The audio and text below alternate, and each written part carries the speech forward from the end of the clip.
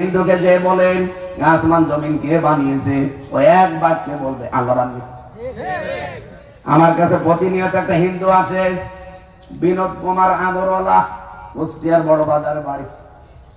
ওরা আমি মাঝে মাঝে পরীক্ষা করার জন্য বলি, দাদা গরুর গোশত খান? খান। মুসলমানি দিয়েছেন? দিয়েছে। কালেমা পড়তে কি হয়? একবারে লাইন ধরে কালেমা আমারে শুনিয়ে দিল, লা ইলাহা ইল্লাল্লাহ মুহাম্মাদুর রাসূলুল্লাহ। আপনারা মুসলমান হতে বাকি আছে কি? কোরআন শরীফ নাকি পড়ে। সেদিন ওযু করলো, দেখলাম আমাদের পেছনে দাঁড়িয়ে নামাজ আপনার হবে না, কারণ আপনি মুশরিক। মুসলমান হওয়ার দাওয়াতও দিয়েছি কয়েকবার। আমারে বলছে মুসলমান হব, কিন্তু আমার মা মরে গেলে, আমার মা বেঁচে থাকতে আমি হলে আমার মা রাগ করবে, এই জন্য মরে গেলে হবে। এই লোকটার কাছ থেকে আমি কিছু জিনিস শিখেছি, কিছু জিনিস পেয়েছি।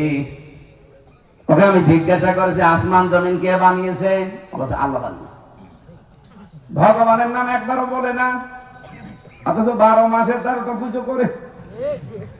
এই দিন 3 দিন আগেও কি পুজো ছিল যেন আমি জানি না, আমারে দাওয়াত দিয়েছে, বসে বসে চলেন। আমাদের বহু মানুষ এই মন্দিরে আছে, আপনিও চলেন দেখার জন্য।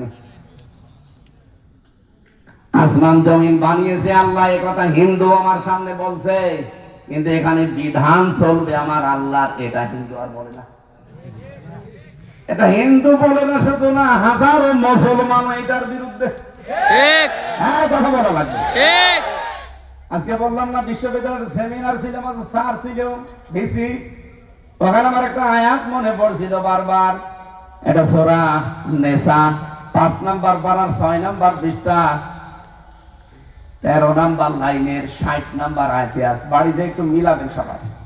আলাম তারা ইলাল্লাযীনা ইয়াসউমুনা আন্নাহুম আমানু বিমা উনজিলা ইলাইকা ওয়া মা উনজিলা মিন ক্বাবলিকা ইউরিদুনা ইয়াতাহাকামু ইলাত তাগুত ওয়া ক্বাদ উমিরু আন ইয়াকফুরু বিহি ওয়া ইউরিদু আশ-শাইতানু আন ইউদিল্লাহুম দালালান বাঈদা।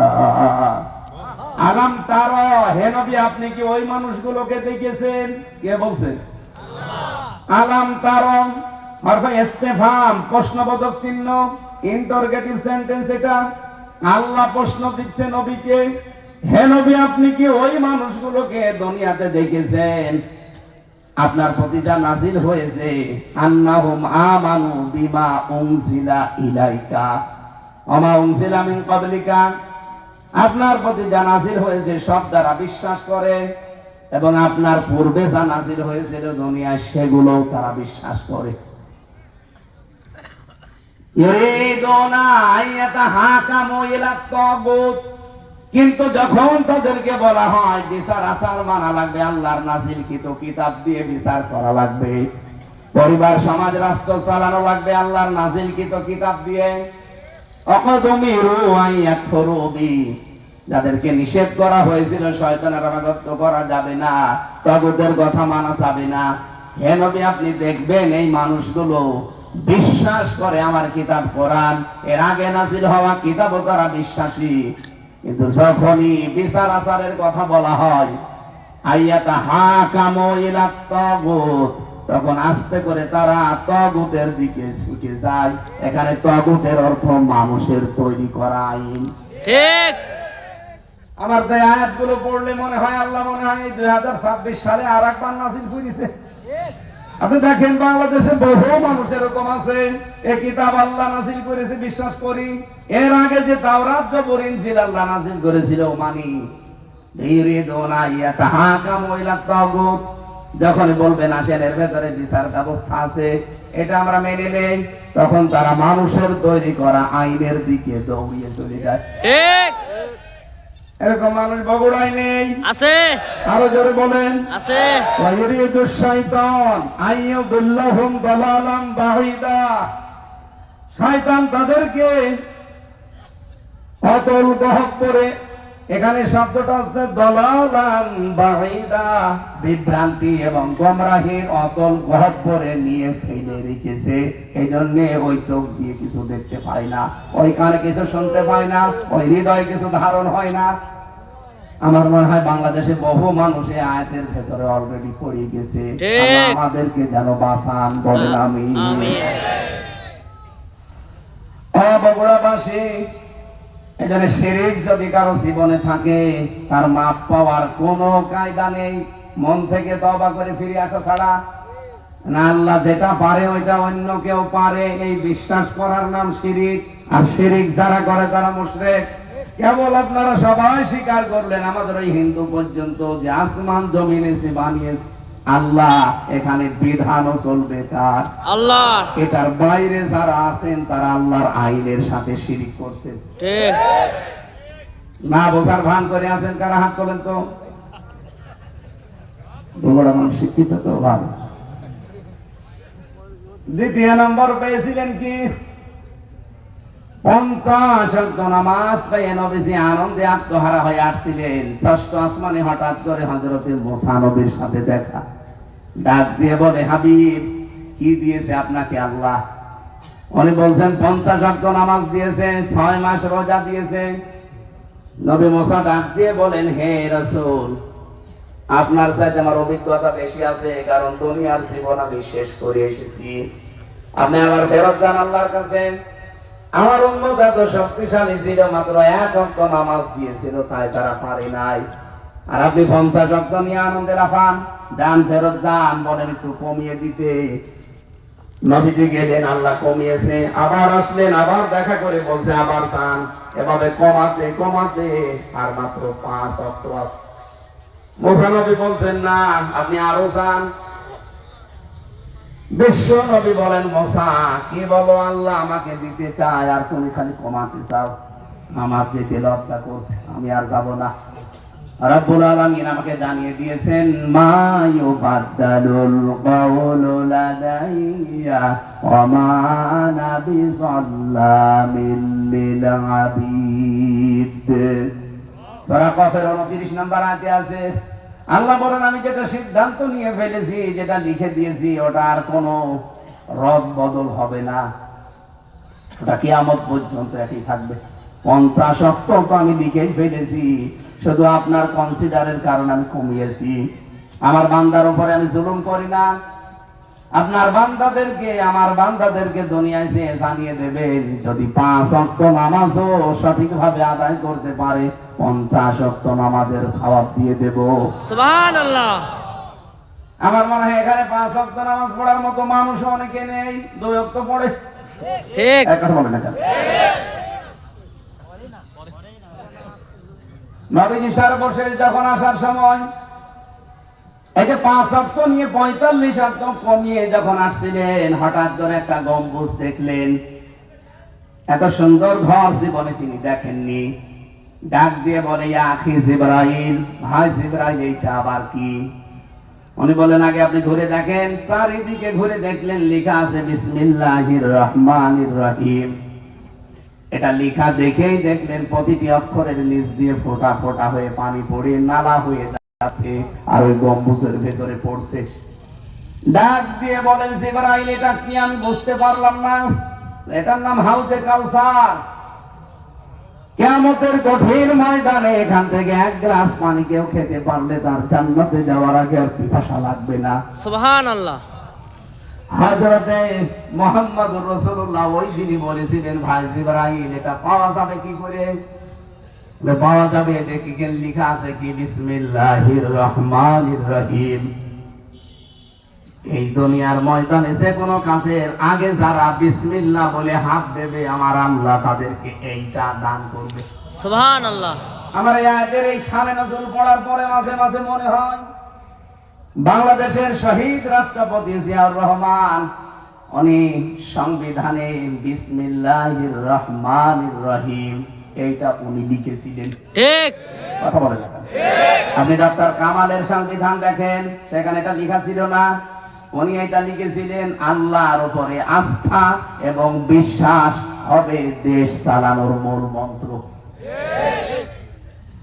আমার মাঝে মাঝে ওনার জীবনী আমি পুরাটা পড়েছি। ওনার নাম শুনলেই মানুষ শহীদ জিয়া বলে।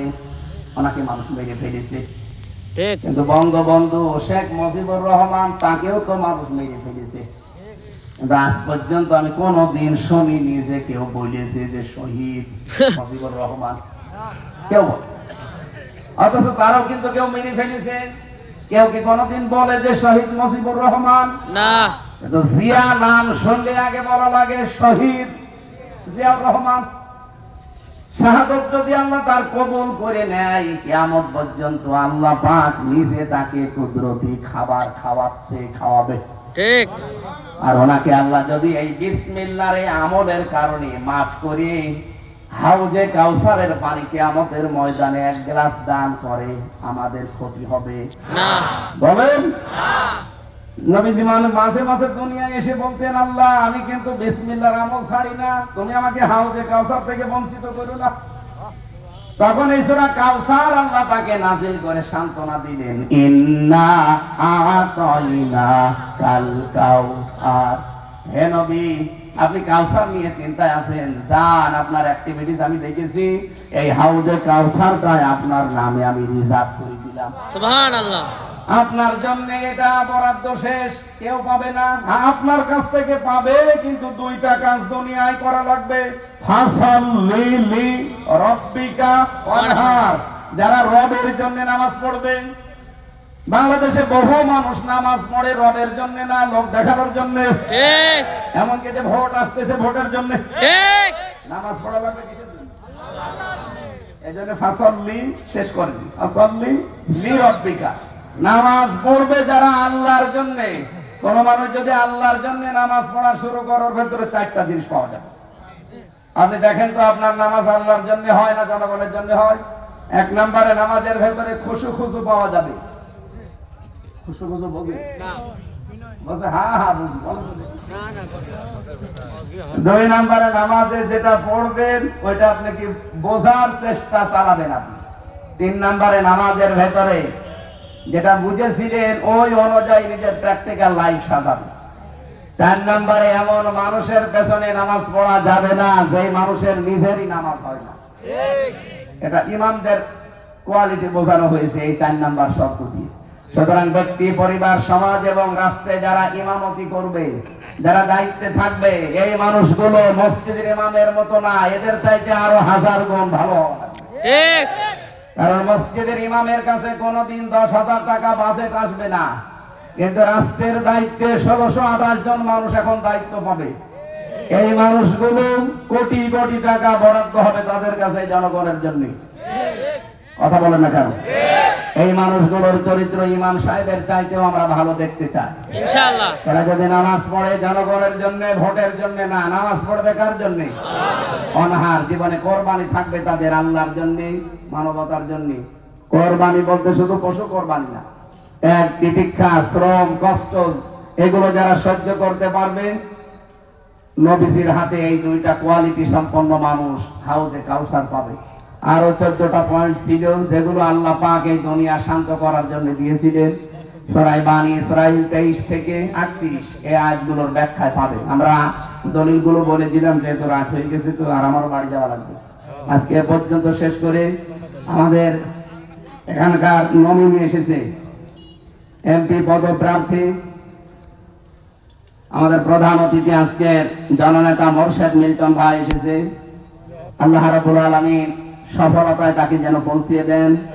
এখানে সভাপতির দায়িত্বে আছেন আলী হায়দার তোতা ভাই, সহসভাপতি আলহাজ সাইফুল ইসলাম সহ আরো যারা অতিথিবৃন্দ এসেছে। আমরা সবার জন্য মন খুলে দোয়া করে আজকের মাহফিলটা এখানে শেষ করছি। আমরা আজকে আলোচনা করেছি এই বইটা নিয়ে, আমার সৃষ্টি জগৎ নিয়ে একটা বই লেখা আছে, এটা পারলে নিয়ে দেন, কাজে রাখবে। জেলখানায় থাকাকালীন যেহেতু এই মানুষটার সাথে ছিলাম, শতাব্দীর শ্রেষ্ঠ রাহবার আল্লামা সাইদি রহমতুল্লাহ আলাইহি, উনি যা যা বলতেন আমাকে শেখাতেন, ওইগুলো আমি এখানে লিখেছিলাম, পারলে এগুলো নিয়ে দেন, কাজে রাখবে। আমাদের প্রধান অতিথি এখন সালাম দেবেন, এরপর আমরা মোনাজাত করবো। আপনারা বসুন।